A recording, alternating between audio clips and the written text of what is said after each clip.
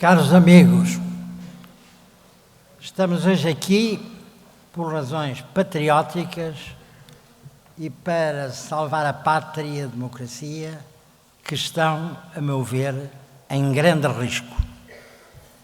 Estamos, por muito que me custe dizer isso, a caminho de uma nova ditadura.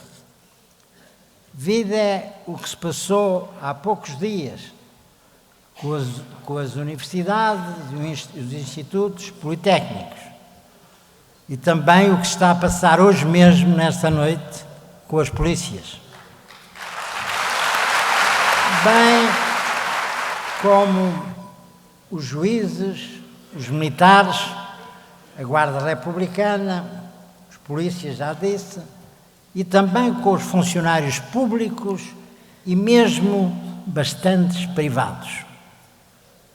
É preciso respeitar a Constituição. Não há democracia sem respeito pela Constituição.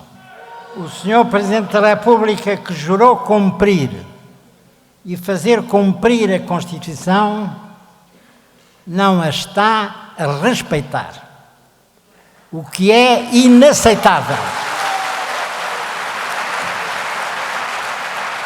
Os portugueses,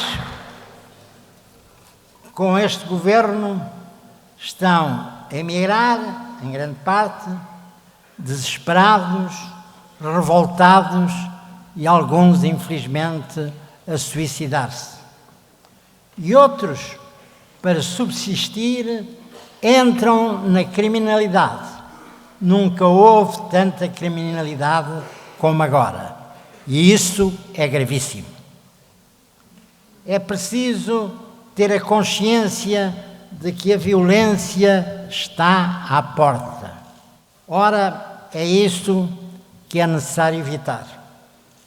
É preciso ter a consciência de que a violência está à porta. É para evitar a violência que estamos aqui, patrioticamente, a defender a Constituição, a democracia, o Estado Social e o Estado de Direito, que estão a ser, como todos sabem, sistematicamente destruídos. É por isso que digo que o Presidente e o Governo devem demitir-se. Não nos digam que não há mais alternativas. Há muitas, e todos sabem que há muitas alternativas.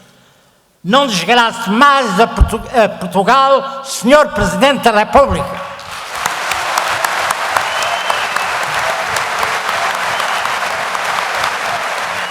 Não vou gastar 10 segundos a falar do Governo, porque sinceramente não sinto qualquer vontade de o fazer. Devo dizer que o Governo de Portugal não existe, a nossa soberania não existe. Isto é completamente uma farsa. Estamos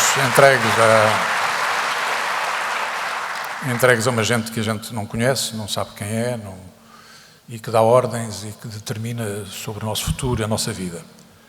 Moral da história, passa-se fome, as crianças passam fome, muita gente passa fome, a humilhação é constante e diária sobre as pessoas.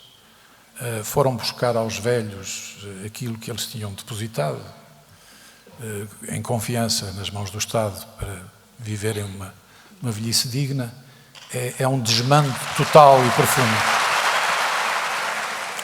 É chocante o contraste entre a solenidade com que o Governo invoca os compromissos com os credores da Troika e o descaso com que trata os compromissos graves e de longa formação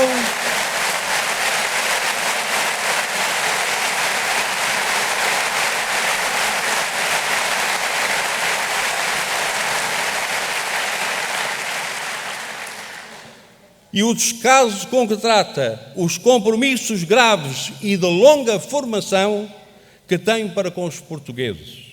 Não é aceitável que se agrida o Estado de Direito que temos e queremos continuar a ter.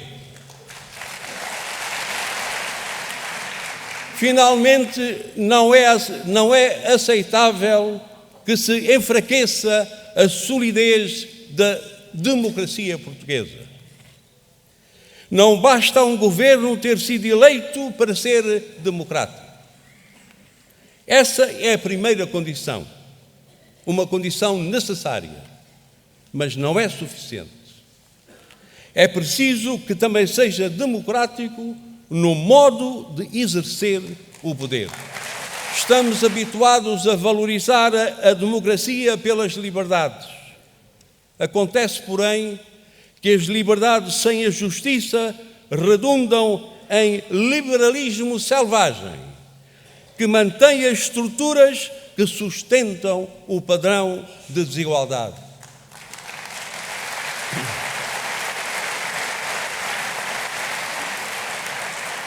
A liberdade sem justiça e sem a noção clara do bem comum pode conduzir à libertinagem dos poderes estabelecidos, sejam poderes políticos, sejam financeiros, sejam económicos.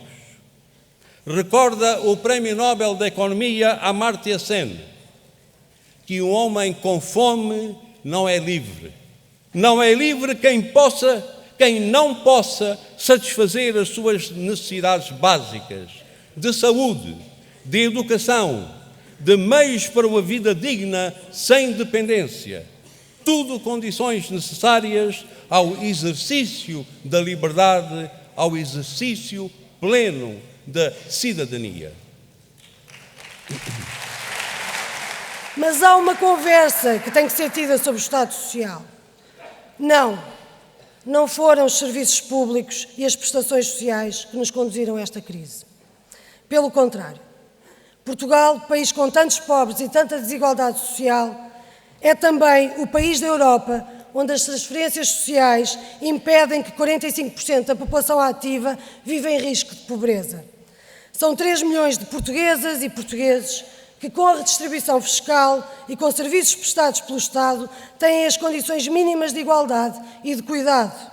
É o Estado Social que protege quem precisa, é o Estado Social que garante a democracia, que garante o respeito, que garante a dignidade.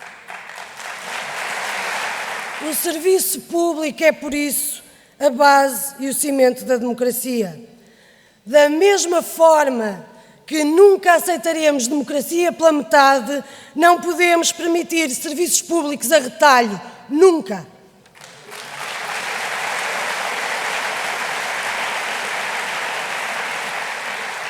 O governo que precisamos é um governo de ruptura com a austeridade e com os coletes de forças que nos querem impor, a começar por uma dívida que é usada como uma derradeira chantagem contra o Estado Social. Um governo que tenha vontade,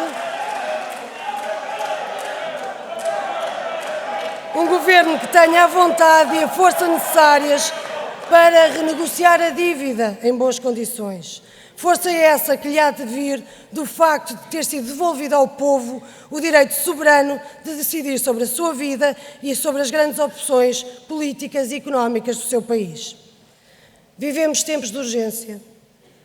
Temos um governo que se atirou implacavelmente à Constituição. Nós já sabemos a letra e é bom sempre repeti-la. Só há liberdade a sério quando houver liberdade para mudar e decidir, quando pertencer ao povo o que o povo produzir. A paz, o pão, habitação, saúde e educação. 40 anos passados, o desafio face ao inimaginável que nos querem impor nunca foi tão atual. O encontro de hoje é mais um passo nesse caminho. A paz, o pão, a habitação, saúde e educação.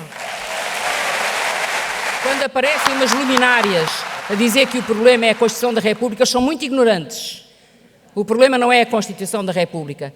O problema é uma ideologia, um pensamento único que tomou conta dos grandes fóruns internacionais a nível económico e financeiro e que nos quer obrigar a empobrecer Portugal, como já está a acontecer, e ainda por cima a ver-nos privados da nossa soberania, como também já está a acontecer. Esse é que é o problema. Por isso vos deixo um apelo a todos, cidadãos aqui reunidos, uns com responsabilidades partidárias, outros sem partido, uns ligados a movimentos, outros por si sós. Deixo-vos um apelo. Vamos pegar na nossa criatividade, na nossa energia, na nossa imaginação. Vamos fazer-lhes frente. Vamos fazer-lhes frente e não vamos parar até que eles sejam corridos.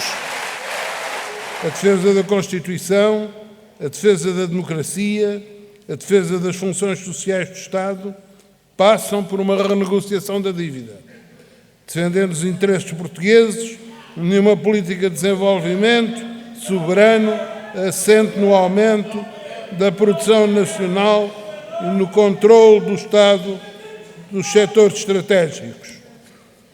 Uma renegociação só será possível quando o povo português encontrar no seu governo a política patriótica e de esquerda que lhe garanta que é ele, o seu bem-estar e o seu progresso, o objetivo principal da política desenvolvida.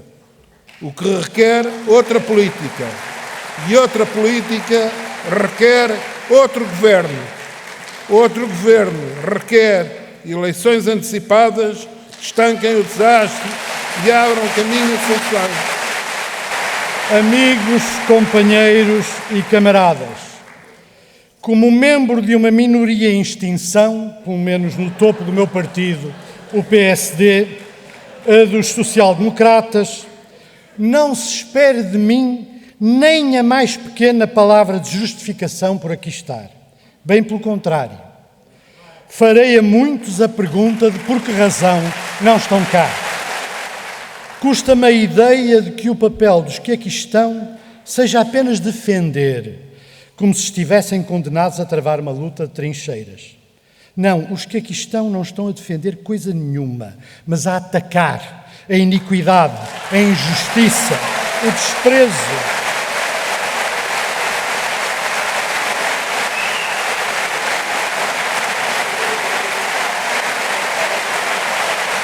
Mas a atacar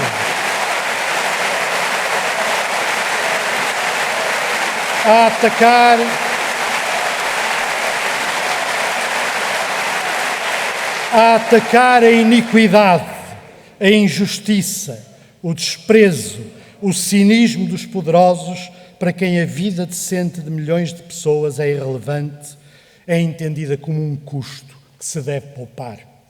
Como cidadão militar, na atual situação do país, preocupam-me as políticas que não favorecem a solidariedade social e a coesão nacional, que não são capazes de mobilizar a sociedade para ultrapassar os desafios que se nos colocam e precaver rupturas que podem pôr em causa os regimes democráticos.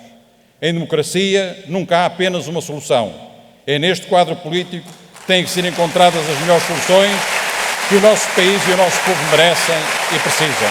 Uma palavra final para expressar o meu sentimento de que só uma continuada desmobilização social relativamente às questões de defesa e das Forças Armadas tem permitido um conjunto recente de decisões que podem pôr em causa a efetiva capacidade para cumprir as missões constitucionais de soberania, assim como a desvalorização da condição militar, abrindo caminho para uma perversa funcionalização, ou pior ainda, para uma eventual governamentalização da instituição militar. Muito obrigado pela vossa atenção.